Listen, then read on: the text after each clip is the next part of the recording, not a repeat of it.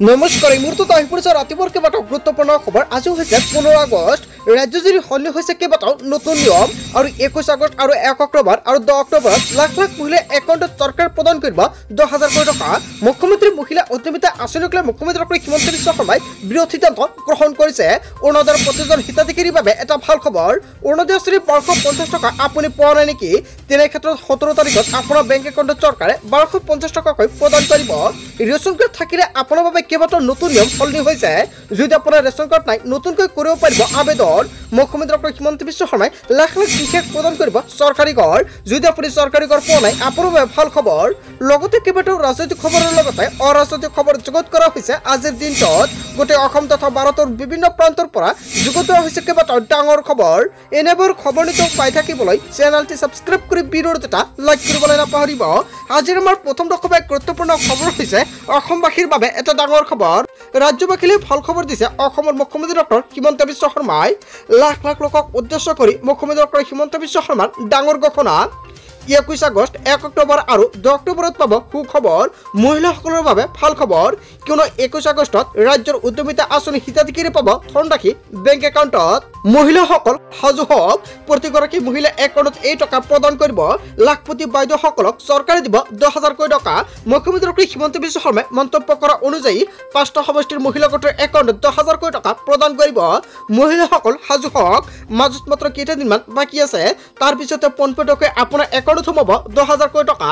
তালিকাত আপোনাৰ নাম আছে নে নাই সম্পূৰ্ণকৈ চাই লওক। তালিকাত নাম থাকিলেহে আপোনাৰ একাউণ্টত 10,000 কোটি টকা লাভ কৰিব।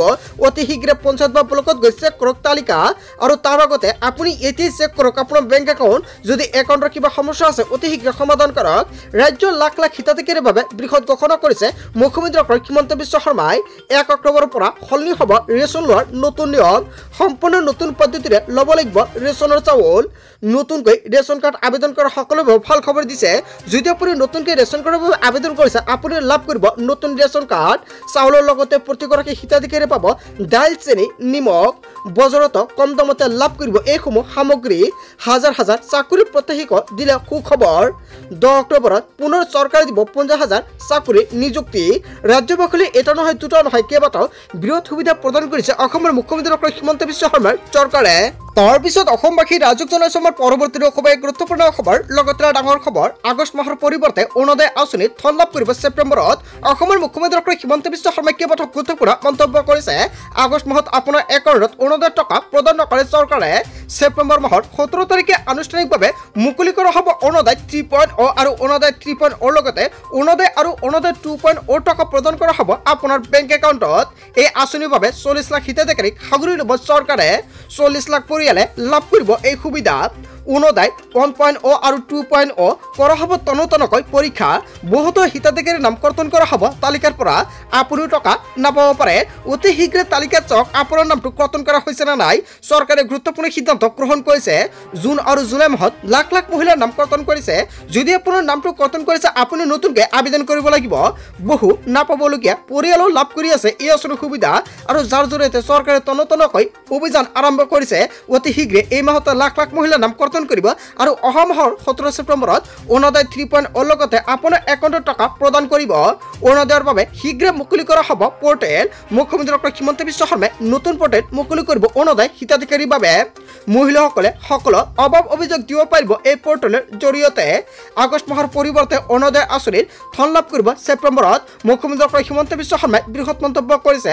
ছেপ্টেম্বৰ মাহৰ 17 তাৰিখে আনুষ্ঠানিকভাৱে মুকলি কৰা হ'ব অৰুণোদয় আঁচনি 3.0 টকা, আৰু তাৰ জৰিয়তে অৰুণোদয় 2.0 অৰুণোদয় 3.0 টকা একেলগতে প্ৰদান কৰা হ'ব।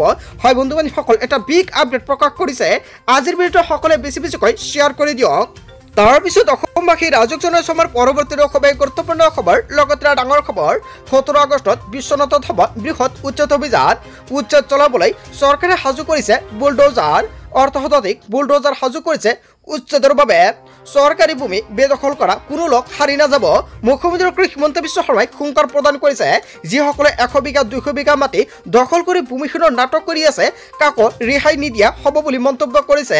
মাটি দখল কৰি ভূমিহীনৰ নাটক কৰা কাৰ্য সহ্য নকৰে চৰকাৰে। উচ্ছেদ চলাবলৈ তালিকা সম্পূৰ্ণৰূপে সাজু কৰিছে আৰক্ষীয়ে। মুখ্যমন্ত্ৰী ডক্টৰ হিমন্ত বিশ্ব শৰ্মাৰ বৃহৎ ঘোষণা সকলে সাৱধান হওক অন্যথা পৰিব ভয়ংকৰ বিপদৰ সন্মুখত মুখ্যমন্ত্ৰী ডক্টৰ হিমন্ত বিশ্ব শৰ্মাই উচ্ছেদৰ বাবে নতুন তালিকা প্ৰকাশ কৰিছে প্ৰত্যেকটো মাহতে চলিব উচ্ছেদ অভিযান তাৰ পিছত অসমবাসী ৰাজুক জনাইছে আমাৰ পৰৱৰ্তী খুবেই গুৰুত্বপূৰ্ণ খবৰ লগতে ডাঙৰ খবৰ মাটি কিনা বেচা আৰু ঘৰ ভাড়া দিয়াক লৈ মুখ্যমন্ত্ৰী ডক্টৰ হিমন্ত বিশ্ব শৰ্মাই ডাঙৰ ঘোষণা কৰিছে মাটি কিনা বেচা কৰোঁতে আৰু ভাড়া দিওঁতে সাৱধান হওক আপুনি কিয়নো কেইবাটাও নতুন নিয়ম বান্ধি দিছে মুখ্যমন্ত্ৰী ডক্টৰ হিমন্ত বিশ্ব শৰ্মাই কোনো অচিনাকি লোকক কোনো কাৰণতে মাটি বিক্ৰী নকৰিব মাটি বিক্ৰী কৰাৰ পূৰ্বে এশবাৰ চিন্তা কৰি লওক আপুনি অচিনাকি লোকক মাটি বিক্ৰী কৰিলেও পৰিব আপুনি বিপদত কেৱল চিনাকি আৰু স্বজাতিক বিক্ৰী কৰক মাটি ভাড়া ঘৰ দিওঁতে সাৱধান হওক হয় বন্ধুসকল আপুনি যেতিয়া ভাড়া দিব ঘৰ তেতিয়াও আপুনি সাৱধান হওক কিয়নো কোনো অচিনাকি লোকক ভাড়ালৈ ঘৰ নিদিব আপুনি অচিনাকি লোকে ভাড়া ঘৰ লৈ মূল মালিক হৈ পৰিব পাৰে যেতিয়ালৈকে জাতি একেলগে জপিয়াই পৰিব তেতিয়াহে জাতিটো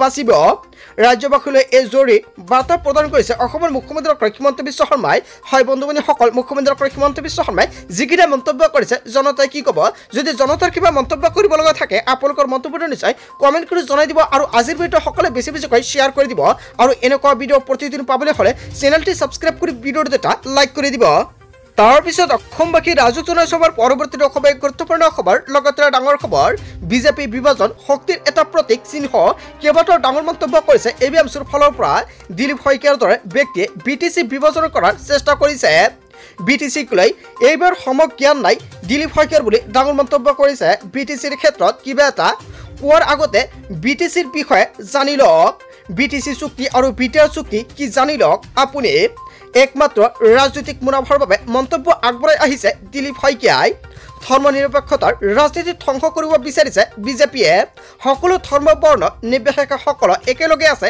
বিটিচিত আৰু বিটিচিৰ সংখ্যালঘু সমাজে বিটিচিৰ সংগ্ৰামক সদায় সন্মান কৰি আহিছে শেহতীয়াকৈ দিলীপ শইকীয়াই বিজেপিৰ প্ৰচাৰ সভাত বিটিচিক লৈ কৰিছিল মন্তব্য ইয়াৰ পিছতে বিটিচিত শীঘ্ৰেই কৰা হ'ব উচ্ছেদ বুলি মন্তব্য কৰিছিল দিলীপ শইকীয়াই দিলীপ শইকীয়াৰ মন্তব্যক তীব্ৰ সমালোচনা কৰিছে এবিএমচিৰ সভাপতিয়ে হয় বন্ধুসকল এবিএমচিৰ সভাপতিয়ে ডাঙৰ মন্তব্য কৰিছে যেটো মন্তব্য কৰিছে যদি আপোনাৰ কিবা ক'ব লগা থাকে আপোনাৰ মন্তব্যটো কমেণ্ট কৰি জনাই দিব তাৰ পিছত অসমবাসী ৰাজুক জনাইছে আমাৰ পৰৱৰ্তী খুবেই গুৰুত্বপূৰ্ণ খবৰ লগতে ডাঙৰ খবৰ সাধাৰণ লোকৰ বাবে বৃদ্ধি হোৱা নাই কৰ্কটকৰ চিকিৎসাৰ মাচুল মুখ্যমন্ত্ৰী ডক্টৰ হিমন্ত বিশ্ব শৰ্মাই সংবাদমেলযোগে বৃহৎ মন্তব্য কৰিছে আয়ুষ্মান কাৰ্ড নথকা লোকৰ বাবে প্ৰযোজ্য নহয় ৰাজ্যিক কৰ্কট প্ৰতিষ্ঠান বৃদ্ধি কৰা মাচুল কৰ্কট প্ৰতিষ্ঠানৰ ৯৮% ৰোগী আছে আয়ুষ্মান কাৰ্ড মাচুল বৃদ্ধি কৰিলেও সকলো ধন চৰকাৰে পৰিশোধ কৰিব সাধাৰণ ৰোগীয়ে ১০০ টকাৰ পঞ্জীয়ন মাচুল দিয়ে কৰিব পাৰিব চিকিৎসা ১০,০০০ আগতীয়া ধন নলবলৈ প্ৰতিষ্ঠানক নিৰ্দেশ প্ৰদান কৰিছে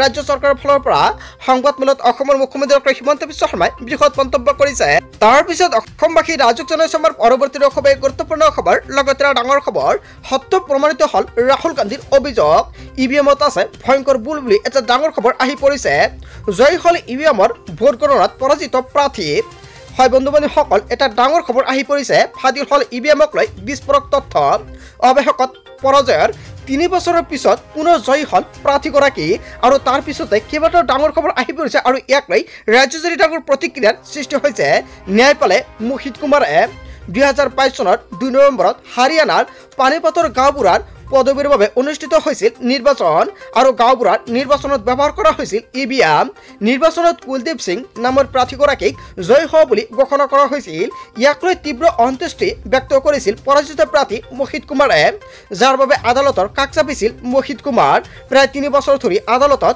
ন্যায় বিচাৰি যুঁজিছিল মোহিত কুমাৰে আনকি সুপ্ৰিম কোৰ্টৰ কাষ চাপিছিল মোহিত কুমাৰ আৰু সমগ্ৰ নিৰ্বাচনত হস্তক্ষেপ কৰিবলৈ বাধ্য হয় সুপ্ৰিম কোৰ্টৰ নিৰ্দেশত পুনৰ হ'ল ভোট গণনা সকলো বুথৰ ইভিএমসমূহ আনি পুনৰ গণনাৰ নিৰ্দেশ দিছিল আদালতে আৰু পুনৰ ভোট গণনাৰ সকলো প্ৰক্ৰিয়া ভিডিঅ' ৰেকৰ্ডিং কৰাৰ নিৰ্দেশ দিছিল আদালতে ভোট গণনাৰ পিছতে গাঁওবুঢ়াৰ পদবীত মোহিত কুমাৰ জয়ী হোৱা বুলি ঘোষণা কৰে আদালতে মোহিত কুমাৰে ১,০৫১টা ভোট লাভ কৰাৰ বিপৰীতে কুলদীপ সিঙে লাভ কৰিছে ১,০০০টা ভোট আৰু ভোট গণনাত পূৰ্ণ কুলদীপ সিঙতকৈ সৰ্বাধিক ভোট লাভ কৰে মোহিত কুমাৰে আদালতক ধন্যবাদ জ্ঞাপন মোহিত কুমাৰৰ হয় বন্ধুসকল এটা বিগ আপডেট প্ৰকাশ কৰিছে সত্য প্ৰমাণিত হ'ল নেকি ৰাহুল গান্ধীৰ অভিযোগ হয় বন্ধুসকল ৰাহুল গান্ধীয়ে যিকেইটা অভিযোগ উত্থাপিত কৰিছে জনতাই কি ক'ব যদি জনতাৰ কিবা মন্তব্য কৰিব লগা থাকে আপোনালোকৰ মন্তব্যটো নিশ্চয় কমেণ্ট কৰি জনাই দিব। সত্য প্ৰমাণিত হল ৰাহুল গান্ধীৰ অভিযোগ হয়। বন্ধু বান্ধৱীসকল, কেইবাটাও গুৰুত্বপূৰ্ণ খবৰ আহি পৰিছে। ইয়াৰ বিষয়ত জনতাই কি ক'ব? যদি জনতাৰ কিবা মন্তব্য কৰিব লগা থাকে আপোনালোকৰ মন্তব্যটো নিশ্চয় কমেণ্ট কৰি জনাই দিব আৰু আজিৰ ভিডিঅ'সকলে বেছিকৈ শ্বেয়াৰ কৰি দিব। তাৰপিছত অসমবাসী ৰাজুক জনসমাৰ পৰৱৰ্তী খুবেই গুৰুত্বপূৰ্ণ খবৰ, লগতে ডাঙৰ খবৰ, খিলঞ্জীয়াৰ বাবে মুকলি হল লাইচেন্সৰ পৰ্টেল। লাইচেন্সৰ বাবে যোগ্যতা আৰু নথিপত্ৰ কি লাগিব সম্পূৰ্ণকৈ জানি লওক। সেৱা সেতু পৰ্টেলত লাইচেন্সৰ বাবে কৰিব পাৰিব আপুনি আবেদন। গুৱাহাটী, ডিব্ৰুগড়, যোৰহাট, শিলচৰত নিদিয়ে অনুজ্ঞাপত্ৰ। মুখ্যমন্ত্ৰী ডক্টৰ হিমন্ত বিশ্ব শৰ্মাই বৃহৎ মন্তব্য কৰিছে। দুৰ্গম অঞ্চলৰ খিলঞ্জীয়াই কৰিব পাৰিব আবেদন। নিৰাপত্তাহীনতাত ভোগা লোকসকলে কৰিব পাৰিব লাইচেন্সৰ বাবে আবেদন। সেৱা সেতু পৰ্টেলত লাইচেন্সৰ বাবে কৰিব পাৰিব আপুনি আবেদন। দুৰ্গম অঞ্চলৰ খিলঞ্জীয়াই কৰিব পাৰিব আবেদন। আবেদনৰ বাবে কি যোগ্যতা থাকিব লাগিব? অস্ত্ৰৰ লাইচেন্স পাবলৈ অসমৰ স্থায়ী বাসিন্দা হ'ব লাগিব। ন্যূনতম বয়স হ'ব লাগিব 21 বছৰ। কেৱল ইয়াৰ নহয়, আবেদনকাৰীৰ বিৰুদ্ধে থাকিব নালাগিব কোনো অপৰাধমূলক তথ্য বা গোচৰ। মানসিক আৰু শাৰীৰিকভাৱে সুস্থ হ'ব লাগিব। বৈধ অস্ত্ৰ পৰীক্ষণ প্ৰমাণপত্ৰ থাকিব লাগিব। আবেদনকাৰীৰ আবেদনৰ বাবে কি নথিপত্ৰৰ প্ৰয়োজন হ'ব? প্ৰমাণপত্ৰ থাকিব লাগিব। আগ্নেয়াস্ত্ৰ পৰীক্ষণ, সুৰক্ষিত ব্যৱহাৰ আৰু সংৰক্ষণৰ বাবে এক প্ৰশিক্ষণ পত্ৰ দিয়া হ'ব। আবেদনৰ 90 দিনৰ ভিতৰত লাভ কৰিব লাইচেন্স। অনুজ্ঞাপত্ৰৰ বৈধতা 5 বছৰৰ বাবে থাকিব। www.sewasetu.assam.gov.in কৰিব লাগিব আবেদন। আপুনি কেনেকৈ আবেদন কৰিব যদি আপোনালোকৰ ভিডিঅ' লাগে কমেণ্ট কৰি জনাই দিব, নেক্সট ভিডিঅ'ত জনাই দিম। বন্ধু বান্ধৱীসকল, আজিৰ মূল ভিডিঅ'খনত আপোনালোকক এইখিনি সৰু কেইটামান ইনফৰমেশ্যন দিবলগীয়া আছিলে। ভিডিঅ'টি ভাল লাগিলে লাইক, কমেণ্ট, শ্বেয়াৰ কৰিব। So thank you for watching full video.